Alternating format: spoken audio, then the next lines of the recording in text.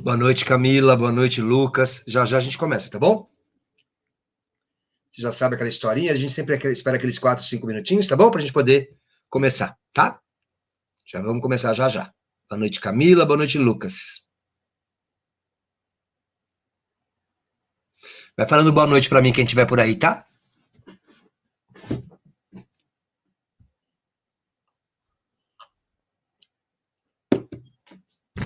Boa noite, Amanda. Tudo bom, Amanda? Ai, se eu soubesse a saudade que eu tô de vocês. Oi, Bruno. Oi, Letícia. Obrigado, Bruno. Fofo.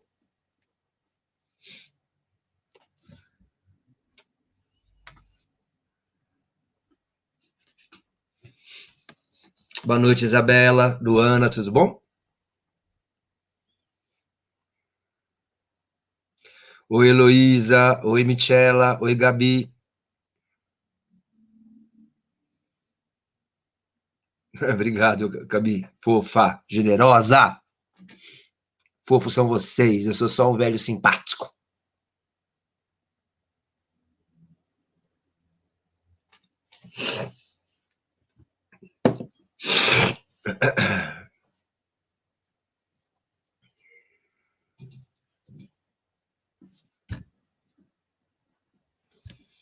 Vamos esperar um pouquinho, a gente já começa, tá bom? Oi, Vitória, boa noite. Laís, boa noite, meu amor. Oi, Germano. Obrigado, Germano, pelo carinho, viu? Generoso. Vocês são muito fofinhos comigo.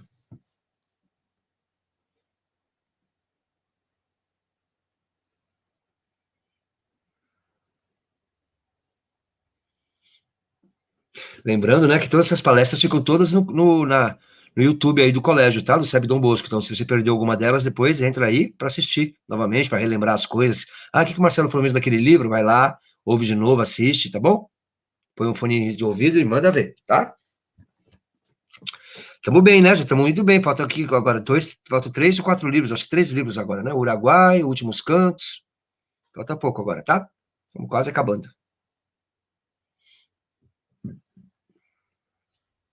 Será que meus bebês estão seguindo meu conselho? Será que eles estão lendo Sagarana? Pelo menos 1 ou 2 contos do Sagarana? Ai, ai, ai, ai, ai. Será que meus bebês vão ler o Nove Noites, que é muito de tem que ler o Nove Noites? Esse aqui, ai, gente, logo. Gostei, não. Gosto do Milton Ratum, acho ele importante e tal, mas sou sincero, não gosto não. É o mais fraquinho deles. Ele tem outros dois bem melhor. Cinzas do Norte e Dois Irmãos. Esse aqui eu achei fraquinho, fraquinho. Mas tá aí, a gente faz, né? Isso que é legal da arte, né? Você não é obrigado a gostar de tudo. Se alguém gostou, eu peço desculpas. Eu, particularmente, não me pegou. Não me pegou. Não. Quando o livro te pega, quando você, né, tem um personagem que você se envolve, você se emociona, você quer saber. Pra mim, não tinha o menor interesse nessa família. Sinceridade, não gostei. Mais um minutinho, a gente começa, tá bom?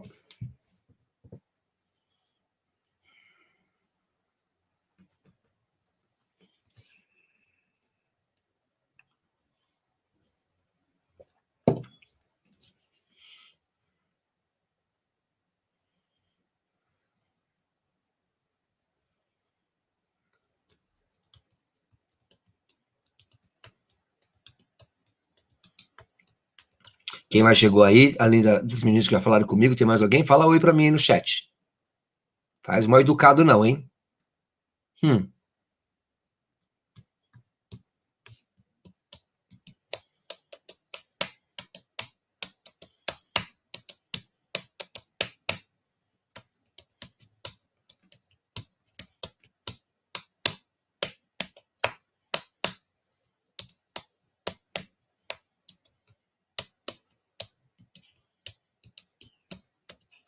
Oi, Thaisa. Oi, Nicole. Oi, Eduarda. Oi, Natália. Boa noite, meus amores. Oi, Julinha. Oi, Esther. Ai, adorei esse sobrenome, hein, Esther. Flaxenberg, já gostei, viu? Ana Júlia, tudo bem, Júlia? Boa noite, Matheus, boa noite. Matheus falou assim, livro tristão esse. Ah, você também achou? Matheus, também não gostei muito não. Vinícius, é triste, mas é uma história triste, né? É porque a gente, assim, o máximo que a gente simpatiza é com a Emily, né? A mãe, a Emily. E aí a gente fica meio...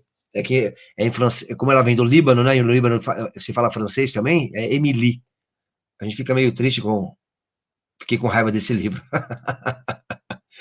Por que, Thaisa? Coloca por que você ficou com raiva? Quero saber. Lorena, boa noite. Vinícius, boa noite. Qual o motivo da raiva? Porque não teve resposta? Ou por quê que foi que te deixou com raiva? Explica melhor. Eu já, como eu falei para vocês, quem está chegando agora, boa noite, o livro não me pegou. Eu adoro o Milton Ratum, acho ele maravilhoso, ele é um dos maiores escritores do Brasil hoje vivos, mas ele tem outros livros melhores, Cinzas do Norte, é, Dois Irmãos, esse aqui é o primeiro livro dele, né? Então estava cru ainda, estava ainda em construção ainda, né? Pois escreve aí, tá, Thaisa, por que você não gostou? Você ficou com raiva?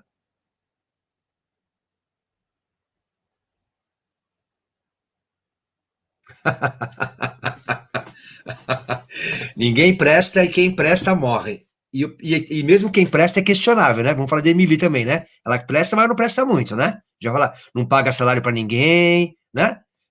Né? Pegou no pé da filha. Ela presta, mas não presta muito. Você também vai falar disso, né? E o livro inteiro querendo saber o nome da protagonista e na dica de nada. Então, vamos começar, meninos? Boa noite a todos. Boa noite. Vamos começar. Vamos começar logo pelo que está ali do lado. O Certo Oriente, né? Porque o livro é de uma família libanesa. A gente acabou de ter essa tragédia, essa desgraça aí no Líbano, né? E para quem não sabe, o Líbano é um charme no Oriente Médio, né? É muito triste o que acontece com o Líbano, que é um país lindo. Dizem que é a Suíça, né? É a Suíça do Oriente Médio. Tem montanhas com neve. É um país muito chique. É um país aberto, múltiplo, né? Então tem gente. Nós vamos ver daqui a pouco a divisão religiosa do país. É um país muito dividido. Tem cristão, tem sunita, tem xiita, tem não sei o quê, tem não sei o que lá. É um país que sempre, nesse quebra-cabeça, por isso que eu coloquei um quebra-cabeça aí, ele funcionava, andava, tá certo? Mas agora tá numa desgraceira só, tá bem difícil o Líbano, tá numa miséria, metade da população tá na linha da pobreza agora, porque o Líbano não tem indústria, né? Não tem nenhuma indústria no Líbano. Então, todos os melhores talentos do país vão embora, vão embora, vão embora. Você tem uma ideia. Se somarmos libaneses e descendentes de libaneses, tem mais libanês no Brasil do que lá. Tem mais libanês no Brasil do que no Líbano. Então, é um país mesmo de migrantes, né? E aí o que acontece? As pessoas começam a se formar, percebem que não vai o país para frente e vai embora. Então, os melhores cabeças do país vão embora e fica só aquela desgraceira lá. Mas é um país lindo e nós vamos conversar um pouquinho sobre isso, tá bom? Então, vamos começar ali pelo que está escrito no cantinho ali, ó. Procurando respostas para as antigas cicatrizes. Meninos, tem cicatriz que enquanto não fecha, a gente não fecha um ciclo, é difícil, é muito difícil, né? E essa protagonista que não tem nome, você vê. Então, o comentário da Thaisa, né? Do fato dela não ter nome, já é um bom sinal de que ela tem um problema de identidade. Né? Não é sem querer que o autor faz isso. Ela tem um problema de identidade muito sério. E está indo atrás dessa identidade. Né? Os limites do conhecimento do outro e de si mesmo. E aí isso joga na nossa cara o quanto que a gente se conhece. Ela não sabe um monte de coisa dela, mas a gente sabe tudo da gente mesmo? A gente tem essa consciência da gente mesmo? Então é interessante o questionamento do livro, né? Ela talvez não saiba né, entender tudo que aconteceu na vida dela. E quem de nós tem esse conhecimento? Quem de nós tem essa compreensão?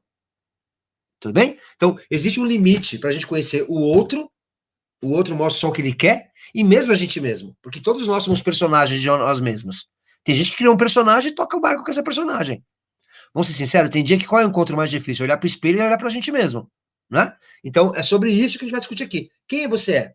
Então, imagine como isso fica mais grave ainda para quem é imigrante, para quem não está na sua terra, para quem está numa terra estranha, tá certo? Quem tem um problema de língua, é outro problema para você enfrentar. Né? Então, você tem uma terra que não é a sua, você tem uma língua que não é a sua, e a língua é como você se comunica, você se expressa. Como comunicar um eu que você já quer esconder, ainda mais, né, com a dificuldade da língua? É muita complicação, é muito esconderijo, muitas camadas, né, de coisas escondidas nesse lugar e nessa família, tá bom? Muito bem. Então, logo de cara, para quem não conhece o livro, são 8 capítulos, tá certo? Cada capítulo, nós vamos ter aí, a gente vai ter 5 narradores, tá certo? Então, alguns capítulos, alguns deles falam mais de uma vez, o Hakim tem mais de um capítulo, a filha adotiva tem mais de um capítulo, mas a maioria dos capítulos, tá certo? São todos eles relatos de alguém, por isso que chama relato de um certo Oriente, né? Então lá, são fragmentos não lineares, depoimentos recolhidos e organizados pela filha adotiva, para compor uma carta ao irmão. É escrito irmã aí, mas é irmão, tá? Deixa eu já corrigir aqui, que senão depois eu esqueço. Ao irmão. Ela e o irmão foram adotados por essa família, tá certo? Ela e o irmão foram adotados por essa família, e aí, o que acontece? O irmão tá morando em Barcelona, na Espanha, e ela vai escrever uma carta pro irmão, tá certo? Então ela foi pegando depoimento de pessoas. Então, o livro, na verdade, seria uma carta, organizados por esta moça que não tem nome no livro, tá certo? Então, como tem várias vozes, a gente vai chamar isso de polifonia. Poli, várias. Fono, som, tá certo? Então é um blá, blá, blá, sem fim. Então, qual que é a história? A moça foi adotada, junto com o irmão, por essa família, por essa mulher que já tinha 3 filhos, já vou apresentar a família daqui a pouquinho, né? E o irmão foi embora para a Europa, já adulto, e ela foi embora para São Paulo, para o sul.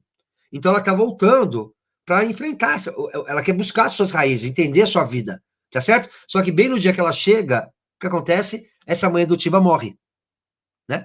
E aí, então, ela vai aproveitar o velório, que vai estar todo mundo por ali, e começar a fazer perguntas. Então ela pega depoimentos das pessoas para entender essa família. É essa a situação, tá bom? Então essa narradora é uma mediadora. Então o que a gente vai ter, né? Quando a narradora, que não tem nome, fala, escreve, não tem aspas. Todos os capítulos que o Hakim, o Dorner, o marido da Emily, que também não tem nome, e a Izie falam, começa com aspas. Porque a gente vê que é bem. Porque ela tem um gravador, essa filha adotiva. Então ela tem um gravador, ela anotava coisas e gravava. Então a gente percebe que ela está tentando transpor o que ela ouviu da pessoa, o depoimento da pessoa, os relatos, tá? Muito bem. E é interessante, né? Porque então ela vai ouvir várias histórias. E nesse sentido, que aparece, lembra qual livro famoso? As Mil e Uma Noites, né? A Sherazade vai lá pro sultão, o sultão toda noite matava uma mulher. E como é que a Sherazade não foi morta? Porque cada noite ela contava uma história mais legal do que a outra. E ela deixava um gancho pro dia seguinte, e um gancho, e um gancho. Então, não é à toa que o pai adotivo desses dois irmãos lia As Mil e Uma Noites. Então, quando um texto conversa com o outro, é a tal da intertextualidade. Então você percebe que são relatos orais, né? Para você conseguir tocar a vida. Bonito, né? Olha a Sherazade nas Mil e Uma Noites. Ela contava histórias para poder tocar a vida adiante, senão ela ia morrer na mão do sultão, porque toda noite ele matava uma mulher. Tá certo? Então aqui não. O que acontece aqui? Essa mulher, ela vai contar, ela vai tentar ouvir histórias para tentar entender a sua vida. Tudo bem? Porque ela tá num beco sem saída. Depois, lá no finalzinho do livro, desculpa quem não leu, quem estava lendo, vou dar um spoiler. Lá no finalzinho do livro, ela relata, né? Ela tinha acabado de sair de uma clínica psiquiátrica, uma clínica de repouso. Então você vê que essa moça que está escrevendo o livro, ela não está bem, tá certo? Porque ela saiu de uma clínica de repouso, então está muito mal resolvida, ela precisa fechar essas cicatrizes. E bem no dia que ela volta, essa mãe adotiva morre. Você imagina a paulada que é isso, né? Bem? Só que acontece, então os esqueletos da família vão começar a aparecer. Porque toda família tem esqueleto. Esses esqueletos são aqueles que aparecem na noite de Natal. Sabe? Aquele tio que começa a beber um pouco a mais, aí começa a falar de alguém que deve na família, aí chega o primo com um amigo, tudo bem? Quando chega o primo com o amigo, a família inteira olha assim meio de lado, mas fica em silêncio. Sabe aquelas histórias, né? Agora por causa da política, né? Então, as famílias que tem gente que é a favor do atual presidente, gente que é a favor da ex-presidente Dilma, do PT, aí as famílias se encontram. Toda família tem aqueles esqueletos que aparecem na noite de Natal. E aqui vão aparecer vários esqueletos. Tá certo ou não? Nós vamos perceber também, por exemplo, né, como se tivesse a casa grande e a senzala, né? Como é que eles tratam os empregados, que é o andar de baixo da casa, bem? Nós vamos ter uma filha que é mãe solteira, nós vamos descobrir que essa família está em ruínas. E aí a única coisa que ainda unia, um pouquinho da cola que unia essa família, é essa mãe chamada Emily, tá certo? Que vai morrer. Então agora que a família, a gente tem certeza que a família vai desestruturar totalmente, tá bom? Muito bem. O livro tem uma linguagem poética, e a gente chama isso de prosa poética. Lembra quando parece... escreve para mim, enquanto isso, lá no chat. Qual outro livro que a gente viu esse ano que também é uma prosa poética? Tá em prosa, mas parece poesia. Tem figura de linguagem, tem métrica. Escreve para mim que eu tô esperando ali. Qual que é o outro livro que eles podem aproximar, que parece prosa poética, né? Tem muitas metáforas, muita musicalidade, o ritmo, né? Seria legal ler em voz alta esse livro. Qual outro livro que a gente viu esse ano que é assim? Tô esperando lá no chat. Ah, arrasou, Thaisa. Arrasou. Só a Thaisa respondeu. Ah, muito bem, Isabela, muito bem. O Sagarana. Tá certo ou não? Eles podem aproximar esse livro do Sagarana, por causa dessa coisa poética. Muito bem, Urno. É isso aí. Arrasou. Tudo bem? Então vamos conhecer essa família? Dá uma olhadinha nessa família, ó. Valeu, Rodrigo. É isso aí. Vamos lá?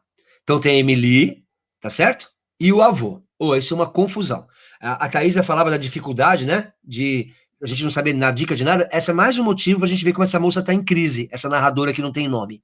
Por quê? Porque ela chama a Emily e o marido, tem hora que ela chama de pai e mãe, tem hora que ela chama de vô e vó. Tudo bem? O que mostra bem que a situação dela nessa casa nunca ficou definida claramente.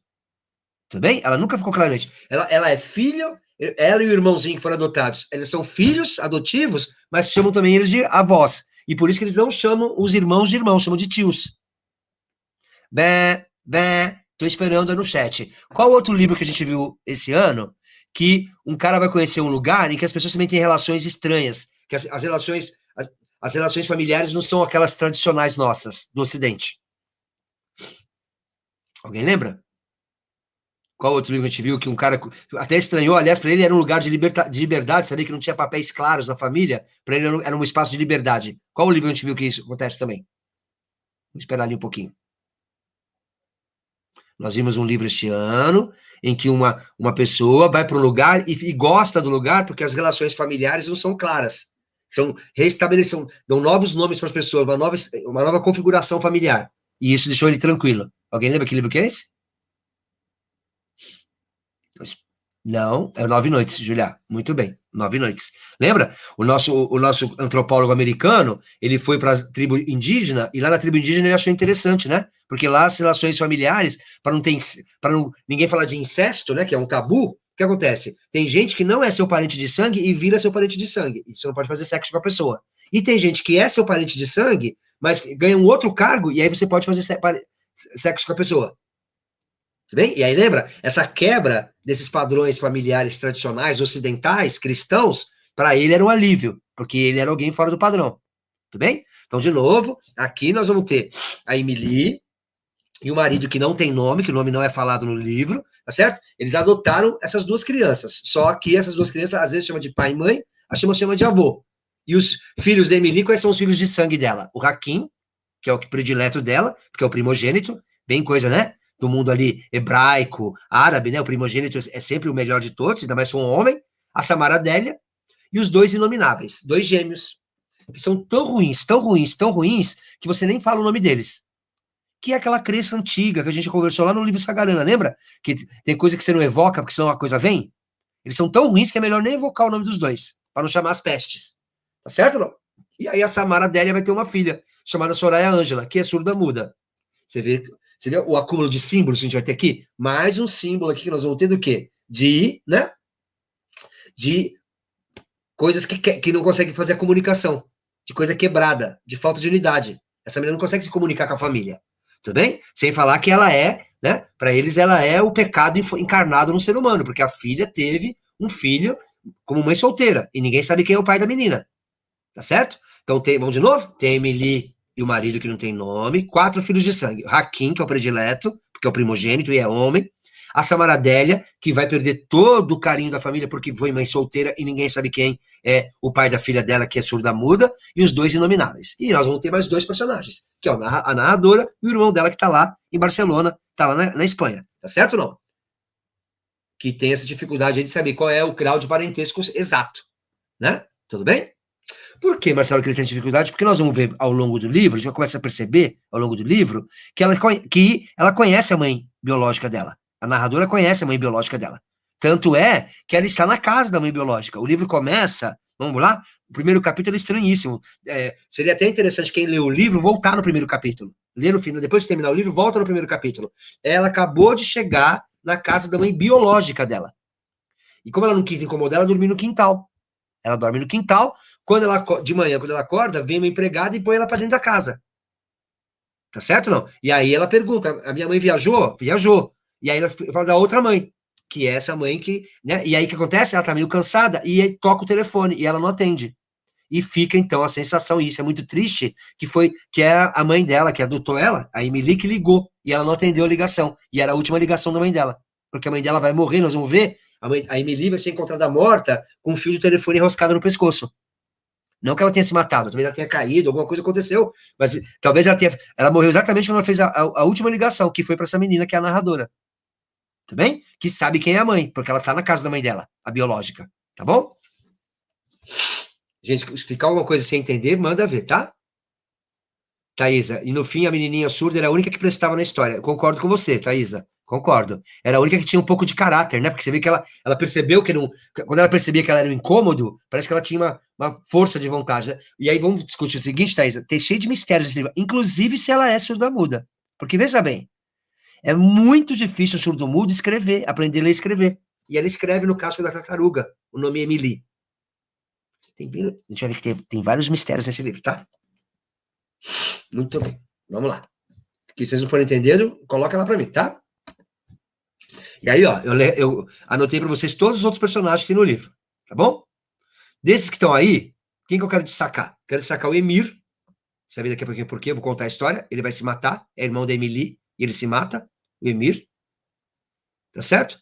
O Dorner, que escreve um capítulo. A Indie, que também escreve um capítulo. Indie. O Dorner. Tá certo? Que são as pessoas aí mais importantes. Bom. Então, quem é que não tem nome? Vamos fazer uma revisão do que a gente conversou até agora. Quem não tem nome, né? Os dois irmãos adotados pela Emily, que é a narradora e o irmão para quem ela está escrevendo a carta. Esse livro é uma carta que ela está escrevendo para o irmão que está na Espanha, tá certo? Os dois irmãos. Vamos lá? No caso delas, por que eles não têm nome? Os dois, por uma questão de identidade.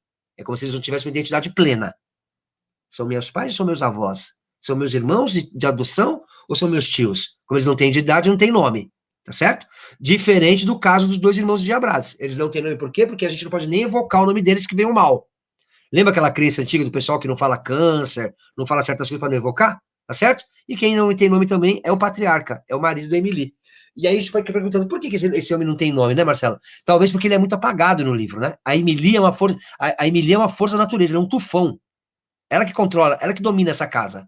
Então ele meio que apagou. Também é uma questão da presença dele ser meio murcha nesse livro, tá bom? Muito bem.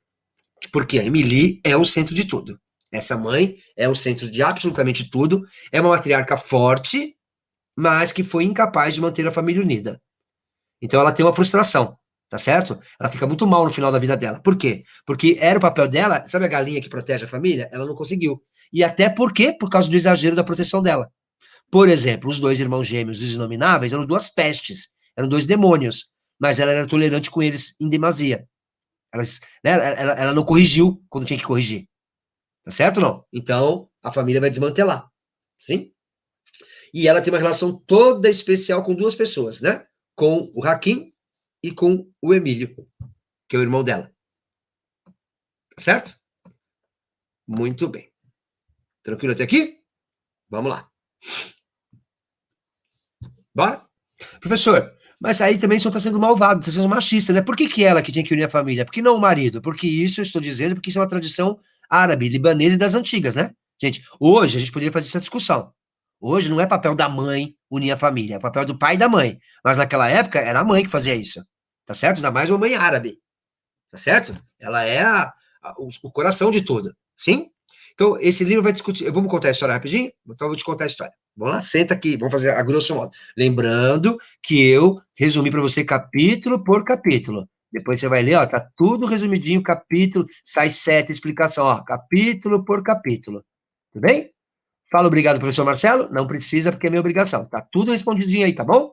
Então, eu vou contar por cima, depois a sua obrigação é ler bonitinho, tá? Então, vamos lá? Senta que lá vem a história. Então, a gente tem essa menina, né, que chega ao Brasil, que hoje é o que nós estamos, no Amazonas. E o Milton Ratum, essa é uma novidade que ele trouxe para a literatura brasileira, falar do norte do Brasil.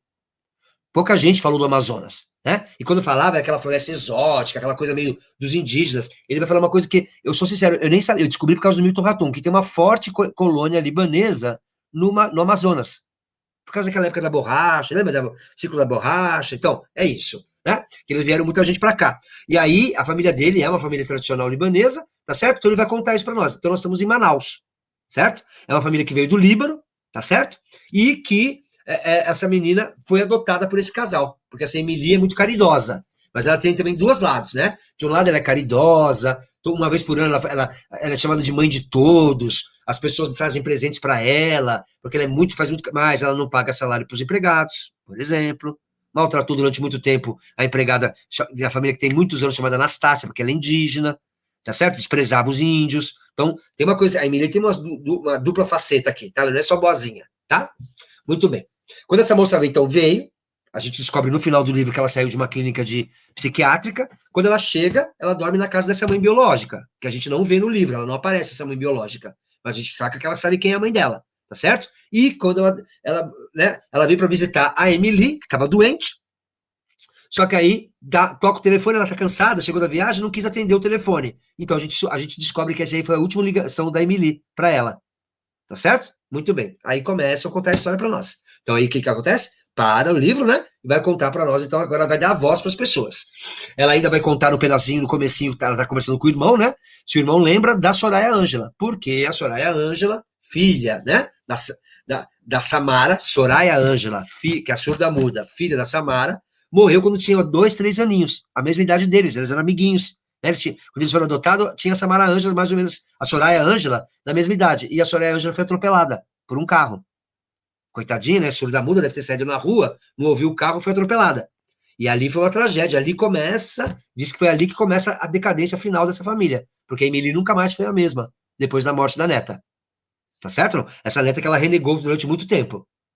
Tudo bem? Então, isso é lembrado no primeiro capítulo, essa situação toda, e aí começa, então, o segundo capítulo. Começam a dar voz para as pessoas. Quem fala muito? O Hakim, porque ele é o irmão mais velho, ele é o predileto da Emily, foi para o único para quem ela ensinou a língua árabe, ela fez questão de ensinar a língua árabe só para ele, ela não ensinou para os outros filhos. Isso deixou ele muito incomodado, porque era uma pressão em cima dele.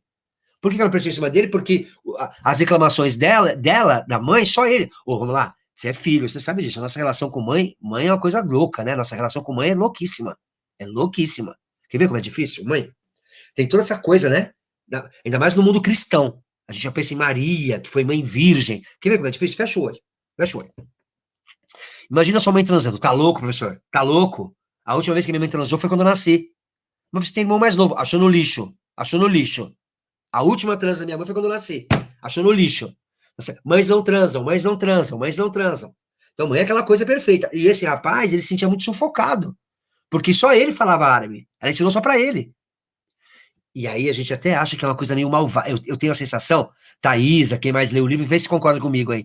Quem não leu, tudo bem, só ouve. Mas quem leu, me ajuda. Eu sinto até uma coisa meio malvada dela, né? Parece que ela quis ensinar árabe para ele, para no dia que ele fosse embora, ela poder explicar. Porque, como ela não dominava bem o português, para ela passar toda a dor que ela sentia no dia que ele foi embora de casa, tinha que ser em árabe. É muito pesado o que ela fez. A Emelina é só boazinha, não, viu? Ela tem duas facetas. É uma malvadeza o que ela fez, né? Porque, tudo bem? Porque se ela fosse se despedir do filho em português, ela não ia conseguir expressar toda a dor dela, mas ela fez questão de ensinar para ele árabe para mostrar para ele toda a dor dela. Bem, e ele se sentia sufocado com isso. Sim? Bom, nós vamos então conhecer essa família. O que aconteceu? A mãe e o pai da Emily, do Emílio e do Emir, lembra? São três irmãos? A Emily, o Emílio e o Emir, né? Vem para o Brasil e deixa os três no Líbano. Essa moça, a Emily, quis entrar para o convento, ser freira. Mas aí o irmão Emir invadiu o convento com uma arma e falou que ou ela saía do convento ou ele se matava. Então ela teve que abandonar o convento, tá certo? Por causa desse irmão Emir. E aí eles vão vir para o Brasil atrás dos pais. Chegando na França, em Marselha, eles desembarcam. E esse Emir fica a impressão que ele se envolveu com uma prostituta. Porque ele sumiu, desapareceu, ficou 2 dias desaparecido. Aí o Emílio e... eu concordo, Thaisa. Ela meio que... Totalmente, ela despejou toda a carga nas costas do coitado do Hakim. Concordo plenamente. Concordo plenamente. Vamos lá, então? Porque seu predileto tem isso, né, meninos? Hein? Se algum de vocês é um chuchuzinho da sua mãe, a gente sabe quando a gente é um chuchu. As mães falam que não. Meus filhos saiu tudo dentro de mim. Eu amo todos igual. A gente sabe que não é assim. né? A gente sabe que não é assim. Quem aí é o chuchuzinho da família, sabe o peso que é isso. É um peso. É uma vantagem quando você é pequeno, mas quando você fica mais velho, é um peso danado, não é? É muito, muito complicado. Porque também tem uma coisa de injustiça também, né? Você sente, é injusto isso, né? Você percebe que seus outros irmãos não tiveram o mesmo afeto que você teve. É pesado. Mas volta. Eles vão mandando conversa lá pra mim, tá? Que agora eu descobri como fazer com o celular, agora eu tô o demônio das lives agora, porque agora eu olho aqui e no chat, olho aqui e no chat. Eu sou o capiroto das lives agora. Vamos lá, bebê? Quem quiser qualquer pergunta, qualquer comentário, manda lá pra mim, tá? Não deixa na garganta, não. Então, ouve, tio Marcelo. Então, né, quando chegou na França, em Marsella, o Emir arrumou uma namorada prostituta, ficou 2 dias sumidos. Então, o Emílio e a Emily chamou a polícia, tá certo? Pra achar o cara. Quando acharam, né, ele já tava com um bilhete para embarcar para outro lugar, tá certo? E tinha roubado até dinheiro dos dois, joias da Emily, eles não tinham percebido. E aí a polícia traz ele à força e ele vem pro Brasil. Ele nunca perdoou a Emily por causa disso. Bem, chegou no Brasil, falou muito secamente com os pais, e só falava com a Emily na frente dos pais, para os pais não ficarem chateados. Mas eles tinham pouquíssimo diálogo. Ele nunca perdoou a Emily, porque a Emily fez ele não viver o grande amor da vida dele, o Emir. Tá bom? Eu sei que é estranho, né? Tudo parecido, é Emílio, Emily e Emir. Tudo muito parecido, né? Tá certo? Vamos lá? Bom, o que acontece? Chegando aqui, né? Um dia o Emir se mata. A família arruma um amigo chamado Dorner, que é um alemão que é fotógrafo, tá certo? O Dorner é fotógrafo, e o Dorner um dia encontra o Emílio na rua, meio assim, meio sisudo, meio assim, sabe assim, fora meio aquela coisa de olhar distante, tirou uma foto do Emir. Ele estava com uma orquídea na mão, tirou uma foto, e foi a última foto do Emir, porque o Emir pegou um barco, foi pro meio do rio e se matou, tá certo? E aí o que aconteceu? Até achar o corpo desse moço, a Emily não queria aceitar que ele tinha morrido, e não sei, bom, acharam o corpo dele. Tanto é que esse cara que vai achar o corpo dele, ela vai virar a amicíssima dele, porque ele era meio que um feiticeiro, um pajé, fazia pagelança no Amazonas. Era, né, parente da Anastácia, empregada dela. Tudo bem? Então o cara que vai, eu esqueci o nome dele, me perdoe, gente, vou até perguntar aqui, o Lobato. O Lobato, né, ele era tio da Anastácia, que é empregada da casa. Bem? Então foi ele que achou o corpo do Emir. E aí, nesse dia, quando recolhe o corpo dele do rio, tira o corpo dele do rio, tá certo? E ela não se conformava, quem foi lá consolá-la? Alguém da comunidade árabe. Quem? O pai. Que vai ser o futuro marido dela. Ele já tinha ouvido falar de Emily, já estava de olho em Emily, aproveitou essa situação, se aproximou de Emily e os dois casam. Tudo bem até aqui? Tá certo? Então a Emily vai casar com o pai por conta, em decorrência da morte do Emir. Foi ali que ela conheceu o pai. Tá certo ou não? Então também já vê que é uma relação complicada, né? Porque uma história de amor que começa com uma morte, né? A partir de uma morte, de um trauma. Bom, resumindo, todos os anos ali para frente, no dia da morte do cara, o que ela fazia? Ela fazia uma grande comida, ela fazia uma pagelança, um monte de comida, tá certo? E vinha todos os pobres de Manaus, tá certo? Na casa dela, ela ia até o rio, ela jogava flores no rio, jogava todo ano uma foto dele no rio, uma foto de quem? Aquela foto, a última foto que o Dorner tirou, tá certo? Ela jogava foto no rio, flores no rio, e aí ela voltava, entrava na igreja, fazia uma missa, e depois ela fazia uma comilança pros pobres. Então ela coisa. Aí os pobres traziam do interior para ela bichos, aves, plantas, comida típica, instrumentos dos índios, cocar, ela guardava tudo. Ela marcava o nome, tá certo? E deixava no galpão. Então ela tinha centenas de coisas que ela ganhava de brinde desse pessoal. Todos os anos ela fazia esse ritual. Jogar a flor, jogar uma cópia da foto dele no rio, tá certo? Fazer a missa e depois fazer a comida para todo mundo. Tudo bem? Marcelo, mas ela não era árabe, Marcelo? Pois então, eu já falei para você, o Líbano é dividido, né? O Líbano é um país que tem muito cristão e muito árabe, e muito muçulmano.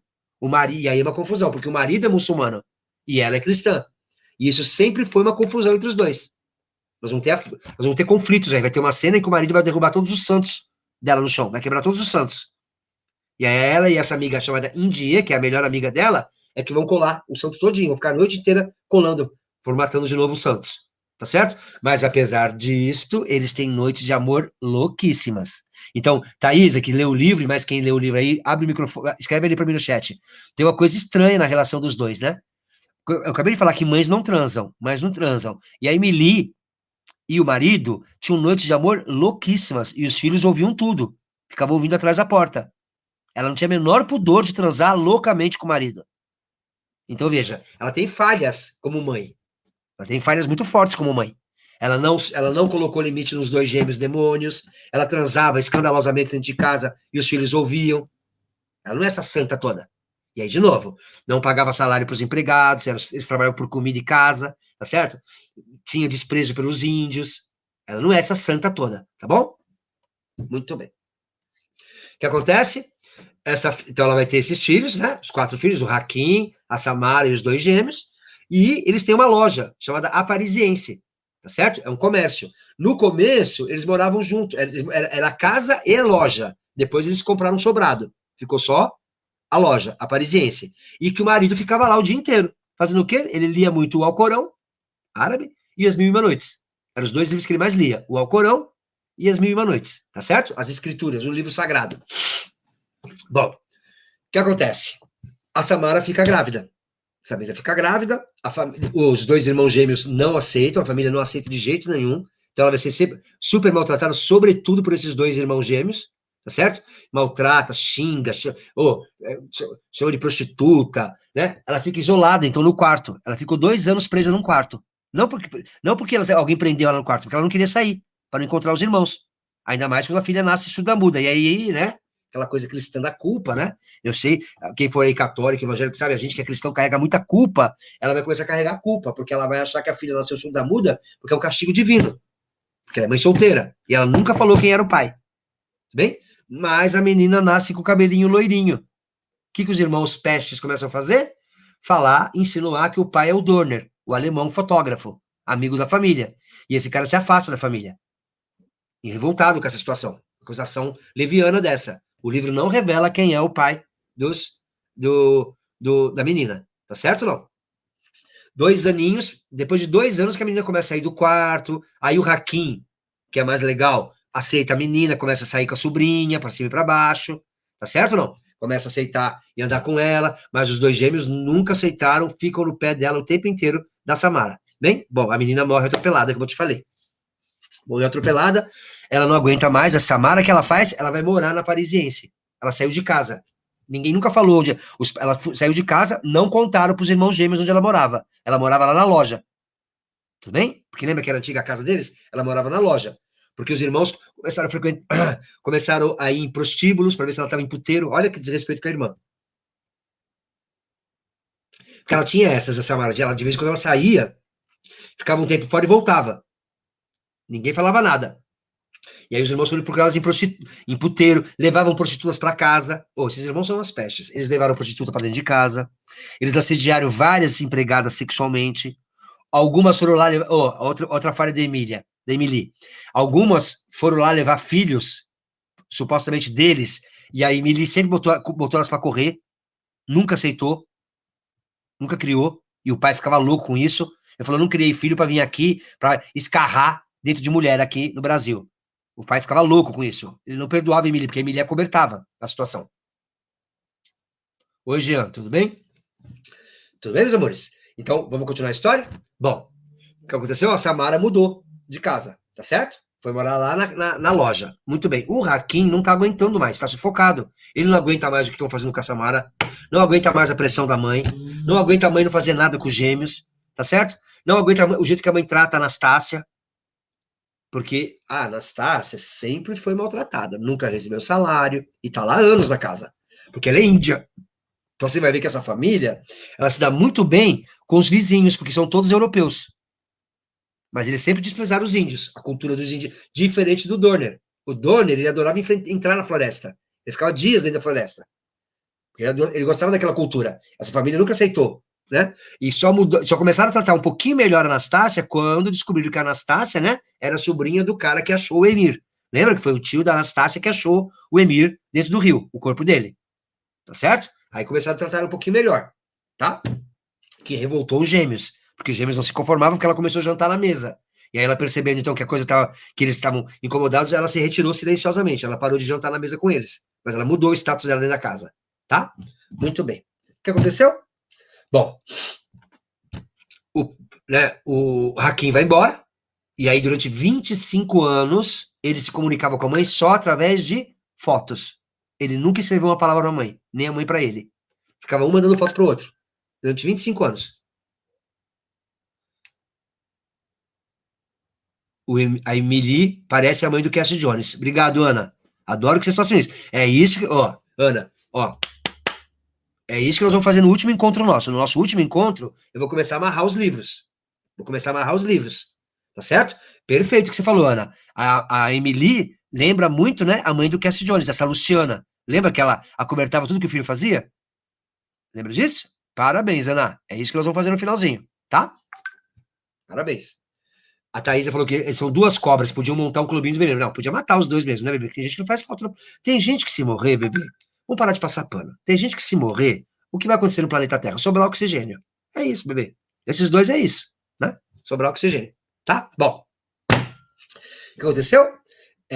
O pai ficava no pé dos dois para os dois perdoarem, falava que isso estava no Alcorão, que tinha que perdoar, e os dois não perdoaram. O pai não se conformava que os dois não perdoaram a Samara. Não perdoava de jeito nenhum. Duas pestes, né, bebê?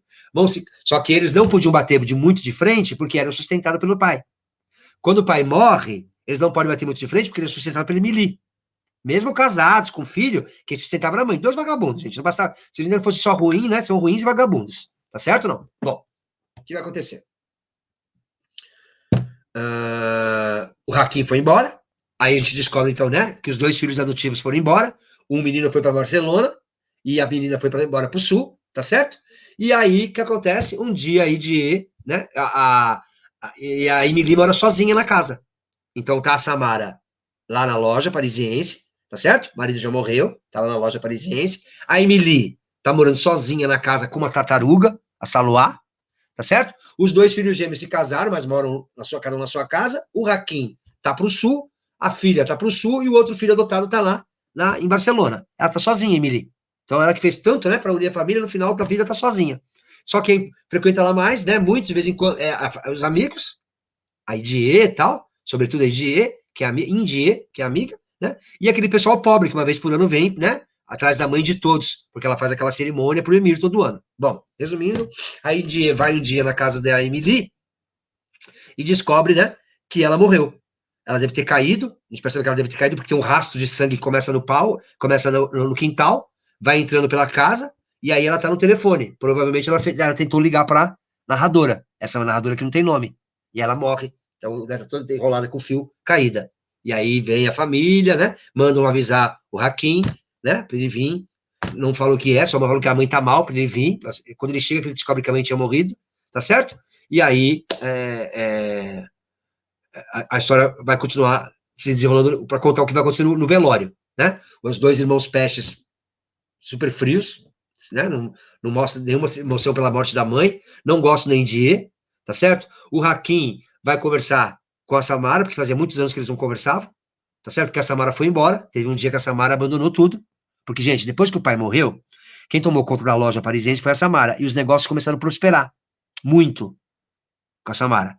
Hein? Mas um dia a Samara foi na casa da mãe, deixou uma sacola para mim e falou assim: ó, só abre amanhã, mãe. E foi embora. E aí no outro dia, quando a mãe abriu a sacola, era ela avisando que tinha ido embora. E ninguém mais ficou sabendo da Samara. Então agora no velório a Samara aparece. Então o Hakim vai conversar com a Samara, né? E vai conversar com essa irmã, sobrinha dele, que é a tal da adotiva. Bem? E aí no final a gente vai descobrir então que a menina vai contar, né? Que no dia do velório, o velório foi absurdo, lotou a igreja, a Catedral de Manaus, que ela é a mãe de todas, fazia caridade, né? Aquela coisa toda, e que ela não teve coragem de acompanhar o velório da mãe. Ela não teve coragem de encarar aquilo. Como ela não tem coragem de encarar, né, essa mãe biológica. Ela tem uma relação muito difícil com essa mãe biológica também. Porque, afinal de contas, a mãe biológica largou, né, os dois para Emily criar, né? Então ela tá contando tudo isso pro irmão, tá certo? E aí ela conta, lá no finalzinho, que ela saiu de uma clínica psiquiátrica, tudo bem? Tanto é, atenção, perigo, perigo. Lembra? Obra de arte boa é quando a forma conversa com o conteúdo. Lembra dessa história que eu estou insistindo o ano inteiro com vocês? Forma e conteúdo, forma e conteúdo. Lá no final, como ela está desequilibrada emocionalmente, tem um parágrafo que tem 100 linhas. Dá 7 ou 8 páginas. Tem um outro parágrafo que tem 70 linhas. Então, ter um parágrafo de 100 linhas, ter um parágrafo de 70 linhas, é sinal que, se você fizer um parágrafo de 70 linhas, de 100 linhas, a Bruna te mata, concorda comigo, não? De redação? É sinal do desequilíbrio que ela tá. Tudo bem? E aí a gente fica sabendo que ela não ficou sabendo de nada direito, porque a mãe morreu. Ela tem só, né, pedaços. Por isso que eu fiz o quebra-cabeça ali no começo da imagem, quando eu comecei a palestra. Então, vamos ver assuntos que a gente viu a partir do que eu conversei com você? A decadência de um mundo patriarcal, né? Quer dizer, filhos que já não obedecem mais o pai, a filha que vai ser mãe solteira, então aquele mundinho patriarcal organizado começa a desabar, né? A força do matriarcado, a cultura libanesa, então o livro fala muito das frutas, do figo, do damasco, das comidas típicas, que come com a mão, a escrita árabe, fala muito da cultura libanesa, né? O não lugar dos imigrantes, um imigrante nunca está no seu lugar, nunca se sente completo, como a filha narradora não se sente completa. Tudo bem? Essa é uma família de incompletudes. A Emily não se sentia completa, porque ela tinha saudades do Líbano, falava do Líbano. O Emir não está completo, porque ele não estava no Líbano, mas também não estava com o amor dele francês europeu. O Dorner, o alemão, né, não se sente realizado na cidade de Manaus, ele tem que ir pro meio da floresta, porque ele está num lugar que ele não se sente bem. Todo mundo está mal colocado. O Hakim tem que ir embora para o sul. Ninguém está feliz ali, né? A família que está desagregando, o conflito religioso do pai muçulmano, a mãe cristã, tá certo? A necessidade de você dominar a linguagem para você poder compreender a si mesmo. Bé, bé, bé. Já falei para vocês, quanto mais vocabulário tiver, mais eu sou capaz de me expressar. Então, a Emily, ela não conseguia, talvez, demonstrar o amor dela pelos filhos, porque ela não conseguia falar em português claramente, ela só aprendeu português, ela só ensinou árabe pro filho mais velho. Talvez se a relação dela difícil com a Samara e com os dois irmãos gêmeos, é porque ela também não sabia se expressar, porque ela não aprendeu português direito, tá certo? E a diferença na criação entre filhos e filhas, quer dizer, os filhos são dois safados, ela cobertava os filhos, que faziam filho nas empregadas, mas a filha, que teve um filho fora do casamento, ficou 2 anos trancada num quarto, tá bom? Muito bem. Esses dois irmãos são dois irmãos ferozes, o livro fala, eles tinham um demônio tatuado no corpo e uma língua de fogo. De novo, eles não têm nome para não invocar as duas pestes. Assim como você não fala diabo, você fala diacho. Né? Você fala diacho para não chamar o diabo. Olha lá. Vou fazer uma provocação agora? Queria fazer uma provocação, eu quero que você escreva lá. Sobretudo, acho que a Thaisa que leu mais, a Ana Gabriela. Pessoal que leu o livro. Não é curioso isso? Porque, veja só, quem que é a mediadora? Quem é que está mediando tudo? A nossa amiga, que não tem nome. Concorda comigo, não? Aí ela entrevistou o Hakim, ela entrevistou a Indie, ela entrevistou o Dorner, né? Ela entrevistou. Tem o relato do pai, porque ela não entrevistou o pai, porque o pai já tinha morrido, mas o Dorner tinha entrevistado o pai, para contar qual é a origem do pai, tá certo? Por que ela não deu voz para os dois gêmeos? Vamos ler ali juntos? Qual imagem nós teríamos dessa família, sobretudo da Emily, se a narradora anônima tivesse recolhido o testemunho deles? Será que se a gente soubesse a opinião deles sobre a mãe, será que a gente não teria uma outra imagem da Emily? Também não foi uma escolha dela? Ela escolheu com quem que ela queria que contasse a história? Não é? É interessante isso. Ela escolheu quem é que vai contar a história. Né? Ela não deu voz para os dois gêmeos. É interessante isso, né? Vamos lá. Meninos, quando a gente lê um livro, a gente tem que perceber que o autor começa a usar imagens repetitivas. Então, nesse livro que a gente repete muito. Tem muito relógio, porque... Vamos falar desse relógio? Lembra? A Emily quis ser freira. Quando ela entrou no convento, ela ficou impressionada com o relógio que tinha lá no convento. Tanto é quando ela... Lembra? O Emir falou que ia se matar se ela não saísse do convento? Antes de sair do convento, ela quis tocar o sino, porque o sino lembrava o barulho do relógio que ela viu. Depois, mais pra frente, nós vamos descobrir que que ela guarda segredos dentro de um relógio. Ela tem um relógio, né? Um baú, e que ela guarda segredos, e dentro desse baú tem um relógio onde ela guarda fotos, joias. Tudo bem? Claro que é uma metáfora grande, que é qual, né, meninas? O tempo, a memória, né? O mergulhar no mar tempestuoso da memória. A memória, o tempo, o relógio aqui é o passar do tempo, é a questão da memória. Porque, vamos lá, bebê, a memória nos trai, né? Depois que passa o tempo, você não sabe mais se aquilo é real ou se você inventou. Quando você tinha 15 anos, com o seu primeiro namoradinho, você inventou uma mentira. Hoje em dia, você não lembra mais se é mentira ou se é verdade. Até porque, se você fez, é a sua verdade. As nossas mentiras viram nossas verdades. A memória é um mar tempestuoso. As coisas não estão na ordem certa, né? As coisas que não acontecem, que você... Aí você não sabe se aquilo aconteceu, se você sonhou, se você desejou, se você projetou. Vira tudo verdade. A memória é um mar tempestuoso. E é interessante, né? Porque a morte conduz esse livro, né? É a morte da Soraya Ângela, logo no começo. Aí ele, pelo meio do livro, morte do Emir. E mais pro final, morte de Emily. É o fio condutor desse livro, a morte. Bem? É interessante também, quem leu sabe, toda hora fala de rio. Vocês estão no Amazonas, né, bebê? O que mais tem é rio, né? E eles falam muito, eu peguei esses dois trechinhos, ó. 1000 estrias com minúsculos afluentes de duas faixas de água distintas matizes. Dois rios tempestuosos que se misturam para originar um terceiro. Eu vejo aqui, todo mundo sabe, né, que tem o encontro do rio Solimões e do Rio Negro, né, lá em cima, né, que tem aquela marca, né, que fica dividida. A gente vê exatamente os dois rios se juntarem. Aqui a gente pode imaginar isso, né, a Emily cristã se juntando com o pai que é muçulmano para formar um terceiro rio. 1000 estrias com minúsculos afluentes de duas faixas de água de distintas matizes. Dois rios tempestuosos que se misturam. Então, a metáfora do rio é muito forte. Dos rios que vêm, né? Se misturam, mas não se misturam muito, né? Andam até um certo tempo separado. Tudo bem? Escreve lá no PowerPoint. Outra coisa importante, nós estamos em Manaus, então vai falar muito de pobreza. Então, o pai, quando ele ficava muito nervoso, ele ia para esse lugar, para os bares dessa cidade flutuante. O que é a cidade flutuante? Você está vendo aí, ó. É as palafitas, né? Que tem em Manaus. Era nesse lugar era desse lugar que vinha muita gente aceitar a caridade da Emily, da cidade flutuante. Tudo bem? Procuraram a Samara nessa cidade flutuante quando ela foi embora. Bom? Outra coisa importante para esse livro é a fotografia, né? A imagem, já que você não consegue dizer, a foto é importante. Então, quem é a fotografia aqui? A gente vai ter o Dorner, que é o alemão fotógrafo, e lembrando que, quando o Hakim foi embora, durante 25 anos, ele e a mãe só trocaram fotos. Eles não se falavam, só trocavam fotos. Mostra, né? A incapacidade do quê? Simboliza o quê? A incapacidade de comunicação. A palavra. E aí, bebê, vamos falar da memória? Tá aí, ó. Essa coisa da memória que é importante, né? A memória, ela é fundamental para você ter a sua identidade. Mas existe a memória individual e a memória coletiva. Então, quando você tem aqui, né, essa família que o tempo inteiro lembra do Líbano, a comida do Líbano, como é que era no Líbano, Líbano, Líbano, Líbano, essa memória passa para os filhos, que têm saudade de um lugar que eles não conheceram, né? Então, o que é memória? Memória é um acúmulo de experiências que aconteceram mesmo, passadas, aquilo que você imagina, a perspectiva do futuro e a lembrança do lembrado. Bate tudo no liquidificador, tudo isso é memória. Então, quando essa menina, né, foi atrás de saber a sua identidade, entender o que aconteceu na vida dela, veio muita coisa junto.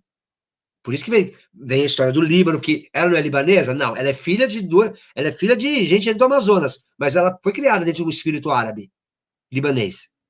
Tudo isso vem junto, tá certo? Outra coisa, né? Onde que a gente registra também a memória coletiva de um povo? Nos livros. Para quem tem cultura escrita. E na tradição, na oralidade, nos costumes, para quem não tem. Então lá, cadê o lado indígena?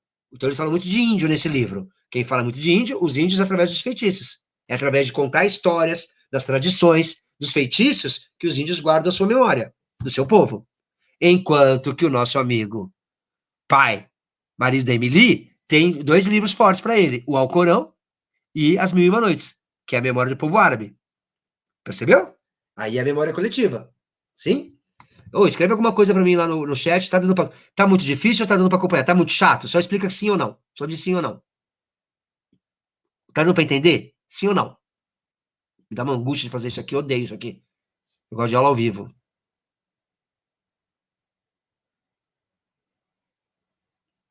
Eu espero pelo menos um sim ou um não.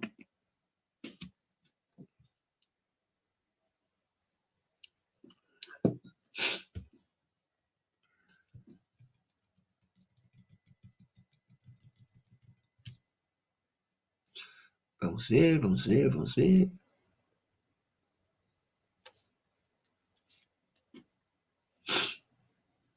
Tem um delay, né?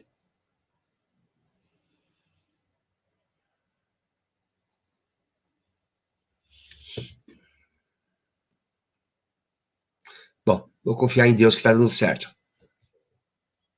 Tudo bem, tudo bem. A Rafaela falou que não tá entendendo.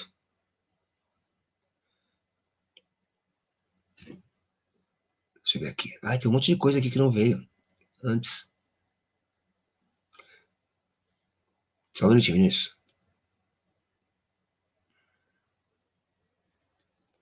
Marcelo, os relatos do livro também parecem recortes, não é uma narrativa linear. Isso pode ser a confusão mental da narradora? Com certeza, né? Não é só uma confusão mental, né? É uma escolha, é uma seleção, de novo, é deliberado, né? Porque ela escolheu quem que ela queria que contasse a história dela. De novo, por que ela não chamou os dois irmãos gêmeos malvados para contar a versão deles? Então, é seletiva e é fragmentada, perfeito. Que mostra a confusão mental dela. Muito bem. Eu acho que seria sincero, já que eles são endiabrados, e por isso não caberia no livro. Interessante, Thaís, é que você está levantando uma questão interessante. Ela não talvez tenha entrevistado os dois, porque os dois, como eles não têm papo na língua, falariam o que ela não queria ouvir. Perfeito, Thaisa. Perfeito. Perfeito. Ela queria pessoas com o seu mesmo ponto de vista. Perfeito, Ana? Perfeito. Tá certo, Rafa. Obrigado. Perfeito. Estou entrando no espírito do livro. Gente, você vê como ler assim fica mais gostoso? Você viu que ler não é só contar, decorar a historinha? Ler não é fazer, não é juntar letrinha? Isso que é ler um livro, né? É a gente se envolver com o livro. Como se fosse mesmo a gente da nossa família. Está convivido. Estamos comentando o caso de um vizinho nosso. Sabe caso de família com Cristina Rocha? Agora é caso de família com Marcelo Miller. É assim que a gente lê um livro. É se envolver mesmo. Tudo bem, não? Mas você não serve para quê? Para nada. Que delícia. Tem coisa na vida que não serve para nada. Ai, que delícia. Tudo bem? Vamos continuar? Muito bem. Muito bem levantado, né? A não dar a voz para os dois irmãos é porque esse livro é um livro todo de coisas. Ou vou pensar na cultura árabe, de véus, né? Todo de véus, de coisas encobertas. Perfeito, né? É isso. Muito bem. Relógio, memória e outra palavra importante para esse livro: silêncio. Muito silêncio. Há segredos poderosos ou enigmas indecifráveis que certas pessoas levam dentro de si até a morte. Vamos ser sinceros, meninos? Eu comecei a aula dizendo o seguinte: a impossibilidade que a gente tem de entender o outro e até a gente mesmo. Tem segredo que vai pro caixão, que tem que ir pro caixão, porque pode destabilizar tudo. Tudo bem? Tem que tomar cuidado, porque às vezes a verdade, nem sempre a verdade. Sabe aquela história de que a verdade nos liberta? Há verdades que podem destruir coisas inteiras. Às vezes é melhor carregar o silêncio. É melhor carregar, ficar quieto. Mas é claro que tem um peso isso, né? Um sufocamento. Concorda? Olha lá. Então, vê como tem silêncios nesse livro? Emily, seu relógio, o baú onde repousa silenciosamente seu passado. Ela escondia seu passado. Então, lá dentro, o que tinha naquele baú que só o Hakim teve acesso? Porque o Hakim um dia seguiu a mãe e descobriu onde ele também guardava esse baú. Tinha um relógio lá dentro, tinha joias, tinha fotos e tinha umas cartas que ela trocava com uma freira lá do Líbano ainda. Tudo bem? 2. O pai que está sempre calado e solitário, lendo o Corão e as Mil e Uma Noites. A Samara fala que ela mais incomodava ela no pai era o silêncio, porque o pai não condenou a filha, mas também não falava com ela. Ele pedia para os irmãos perdoarem, que estava no Corão, mas elas trabalhavam juntos na loja, ele não falava nada com ela, tá certo? Donner e suas fotos. O Donner que se comunica com o mundo, não por palavras, mas por fotos. Silêncio. Né? O Emir, que não fala com a irmã, vive e se mata em silêncio. O Hakim, que se afasta da mãe e fica 25 anos só trocando foto com elas. E a Soraya Ângela, que é muda e provoca o silêncio também, que também se isolou e ficou 2 anos isoladas. Então a gente percebe que nessa família, por isso que eu falei dos esqueletos, tem muita coisa sufocada. Porque o silêncio foi muito forte. E talvez também, vamos ser sinceros, por que essas outras identidades estão sufocadas? Porque quem é muito poderosa? Escreve lá para mim. Por que todo mundo nessa família está sufocado em silêncio? Porque ninguém consegue se contrapor a que figura forte, gente? Escreve lá para mim. Eles não conseguem se contrapor a quem?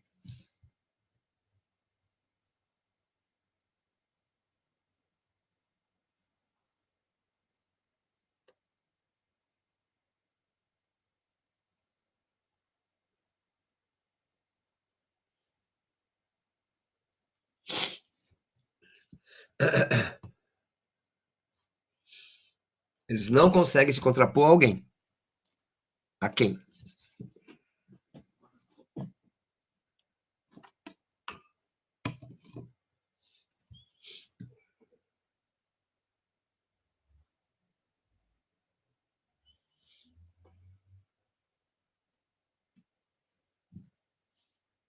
Bom, demora muito, é muito delay.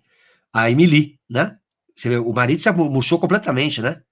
O marido desistiu. Então, vamos lá, meninos. Tem o silêncio porque eles estão muito na sombra da Emily, e tem silêncio porque eles acham que tem coisas que não tem como resolver mais. O pai desistiu dos filhos, então ele não dava bronca mais nos gêmeos, porque viu que a mãe acobertava os erros do filho. Então, essa família é feita de silêncios. E esses buracos, né, ficaram cicatrizes abertas. E essa moça tentou para ver. E aí o que acontece? Como ela volta para tentar fechar essa cicatriz, mas não consegue, porque a Emily morre no dia que ela chega, não tem o que fazer.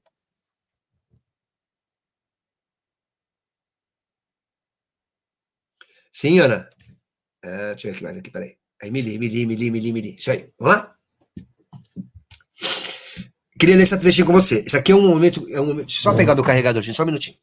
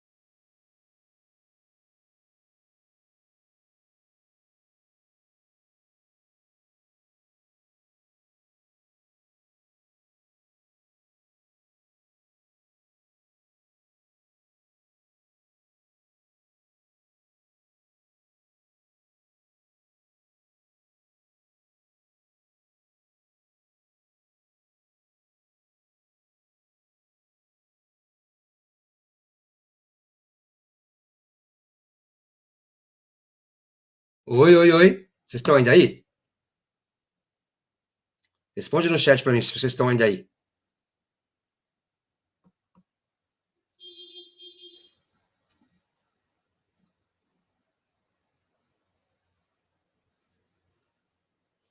Oi.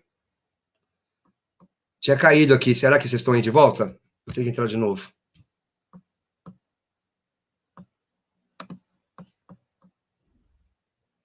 Oi.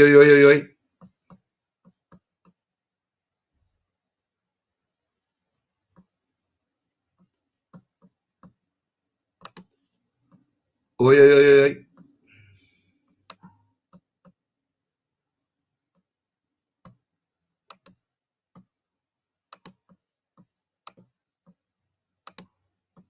Meninos, vocês estão ainda aí? Eu tô aparecendo para vocês? Eu tô ainda aqui? Sim? Ah, então tá bom. Desculpa, viu? Caiu aqui o negócio. Tô aqui, tá? Ó. Oi, bebês, tô aqui. Não me abandona. Pelo amor de Deus, tô aqui. Desculpa. Então vamos lá. Perdão. Vou continuar. Então vamos lá aqui. Uma vez o Donner, né, foi conversar com o pai. Lembra do Donner, que é o alemão? Foi conversar com o pai. O curioso é que ele sempre deixava uma ponta de incerteza ou descrédito no que contava. Os episódios de sua vida eram transcrições adulteradas de algumas noites. Tudo bem? Os episódios de sua vida eram transcrições adulteradas de algumas noites, das 1001 noites.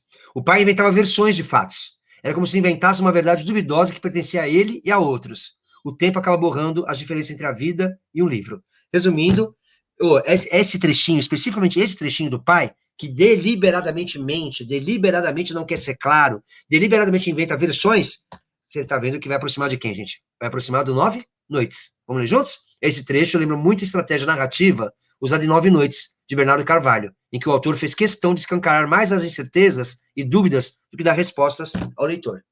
Meninos, isso é uma estratégia da literatura pós-moderna. Nós estamos no mundo de hoje, já falei para vocês, hoje não é mais modernismo, né? Hoje é o pós-modernismo. E no mundo pós-moderno, o que acontece no mundo pós-moderno? A gente tenta, né, o tempo inteiro mostrar para as pessoas que não existe verdade absoluta, só existe verdade relativa. Não existe verdade absoluta. O que existe são verdades relativas. Tudo bem? Então, o cara não quer que você tenha certeza, ele quer que você questione a verdade. Esse é o objetivo da literatura moderna. Então, se alguém perguntar assim, mas por que eles escrevem desse jeito? Porque eles estão querendo, tá certo? Questionar a verdade. Tudo bem? Tô aqui, Ana. Tô aqui. Voltei. Bem, o que eles querem é questionar a verdade. Por isso que o 9 Noites, que é um livro contemporâneo, Está escrito, o autor está vivo. E por isso que este livro, que é um livro contemporâneo, o autor está vivo, eles são os dois livros que não deixam certezas para nós. Ficam mais dúvidas que certezas. Quer ver uma dúvida que eu vou jogar no ar para você? E eu quero que vocês respondam lá no chat, que eu voltei. Ana, Thaisa, Luana, Gabriel, Rafa, escreve lá para mim. Vocês não acham muito estranha a relação da Emily com o Hakim? Não tem uma coisa meio incestuosa? Eu não estou dizendo que ela transou com o filho, mas não é uma relação muito estranha dos dois? É uma relação estranha. Escreve lá alguma coisa para mim no chat para ver se vocês estão ainda comigo aqui. Que eu tô perdidinho. Escreve lá. Então eu vou de novo. Esse trechinho deixa muito claro isso. O pai inventava versões da própria vida. Igual lá, no Nove Noites. A gente não sabe se nada se aquilo é verdade. Ou se foi coisa que o narrador inventou. Até o Manuel Perna, ele inventou, lembra? Que não tinha, aquelas cartas das 9 noites não existiram. Ele falou, não tem carta nenhuma, fui eu que inventei? Olha lá. Alguém falava aqui, né, da confusão que ela vive, a narradora, né? Vamos ler juntos aqui, ó. Gravei fitas, enchi as anotações de uma dezena de cadernos, mas fui incapaz de ordenar coisa com coisa. Bé, bé. Ela anotava e ela gravava. Bem, gravei várias fitas, enchi as anotações de uma dezena, mas fui incapaz de ordenar coisa com coisa. Ao final de cada passagem, de cada depoimento, tudo se embaralhava em desconexas constelações de episódios, rumores de todos os cantos. Quando consegui organizar os episódios em desordem ou encadear as vozes, então surgiu uma lacuna, onde habitava o esquecimento e a hesitação, um espaço morto que minava a sequência de ideias. Então tá claro aqui que a gente não vai ter certeza de nada. Alguém escreve para mim no chat alguma coisa? Você está acompanhando ainda? Vocês estão ainda aí? Lucas, você está por aí ainda, Lucas? Tá, né? Bom? E aí, ó, eu separei alguns trechinhos aqui, mas também vai dar nosso horário. Ó, quantas vezes aí comecei a ordenação dos episódios e quantas vezes me surpreendi ao esbarrar no mesmo início ou no vai e vem vertiginoso de os capítulos entrelaçados, formados de páginas e páginas numeradas de forma caótica, um coral de vozes dispersas. Olha lá, um coral de vozes dispersas. Restava então recorrer à minha própria voz, que planaria como um pássaro gigante e frágil sobre as outras vozes. Tá bem? Ela é um pássaro que vai parar sobre as outras vozes. Então a gente nem sabe se tudo isso é verdadeiro, se ela editou o depoimento dos outros. É uma reflexão, ou se ela está explicando como é que ela fez o livro, é uma reflexão metalinguística. Lembra da metalinguagem? Bem? Olha lá. Depoimentos e acontecimentos que foram ordenados por uma única voz que se debatia entre a hesitação e os murmúrios do passado. Para te revelar quem que é esse T, o irmão dela que está em Barcelona, numa carta que seria a compilação abreviada de uma vida, que Emily se foi para sempre. Comecei a imaginar com os olhos da memória as passagens da infância, as cantigas, os convívios, as falas dos outros, a nossa gargalhada de escutar o idioma híbrido que Emily inventava todos os dias. A melodia se perdera. Bem? Quer dizer, esse canto que foi o canto, a música da família, a melodia era Emily. Agora, com a Emily morta, é que essa família realmente vai se esfacelar. A gente não sabe o final, né? Acabou aí o livro, mas a gente tem a noção clara de que essa família nunca mais vai ser a mesma. Talvez eles nunca mais se encontrem, porque a família se desfacelou. Porque a melodia, aquilo que dava harmonia para essa família, ou pelo menos uma aparente harmonia, acabou. O livro termina com um monte de dúvidas. Dúvidas que terminam para nós. Né? O nome da narradora, como disse a Thaís, que ficou louca. 2, quem é o pai da Soraya? Fica aquela suspeita de que é o Donner, mas o Donner sai da casa com o vendido. Vamos ser sinceros. Vem cá. Do jeito que aqueles irmãos eram malvados. Lembra que tem uma frase famosa que ela fala assim? A Samara fala assim: vocês não são dignos de tocar na minha filha. Quando a filha nasceu, ela falou virou para os 3 irmãos e falou, pro Hakim inclusive, vocês não são dignos de tocar na minha filha. Por quê? Será que alguém tinha tocado nela?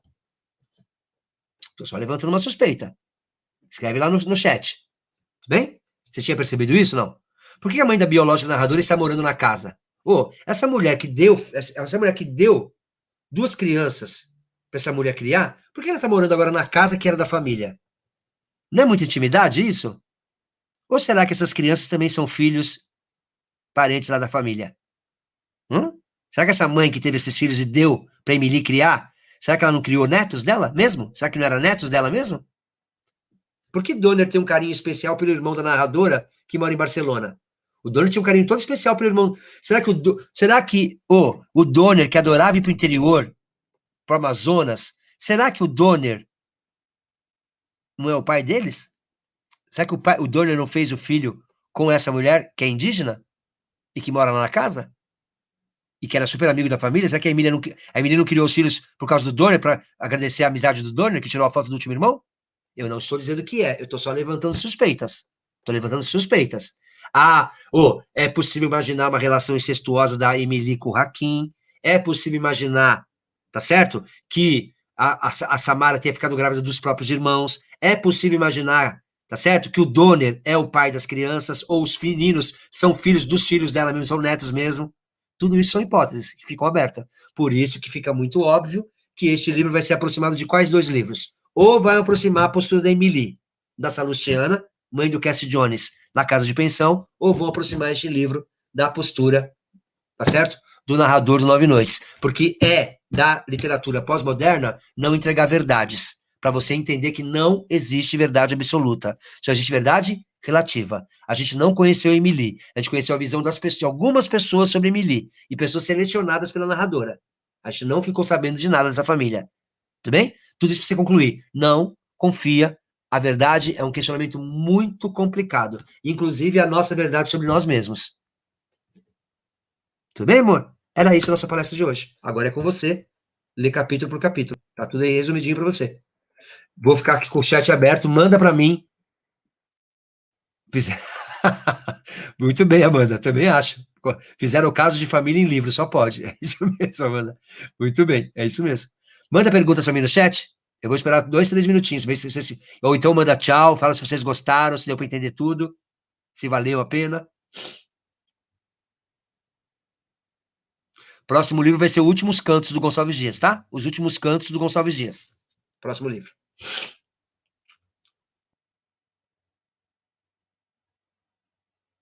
Obrigado, Guga. Você ajudou, fico feliz, viu? Vocês estão gostando do tipo de...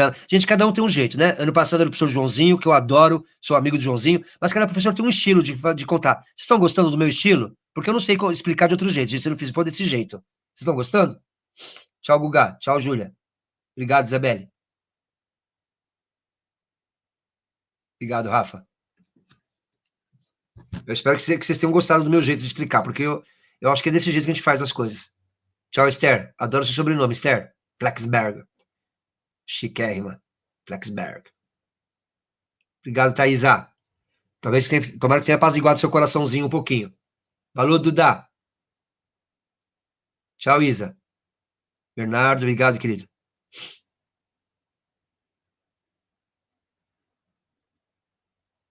Memória.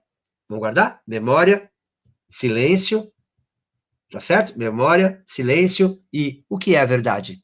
E a crise de identidade. Tudo bem? São essas palavras que podem sintetizar esse livro. Obrigado, Amanda. Obrigado, Gabi. Ah, eu também acho, Amanda. Queria que fosse pessoalmente, mas vamos lá, né? Então tá bom, meu amor. Se ninguém tem nenhuma pergunta, um beijo para vocês. Eu espero que tenha gostado. Isso já está.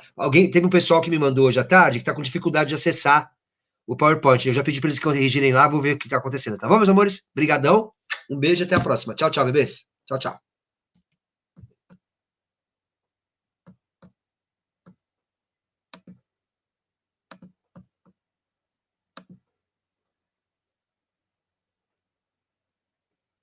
Tchau, Thaisa.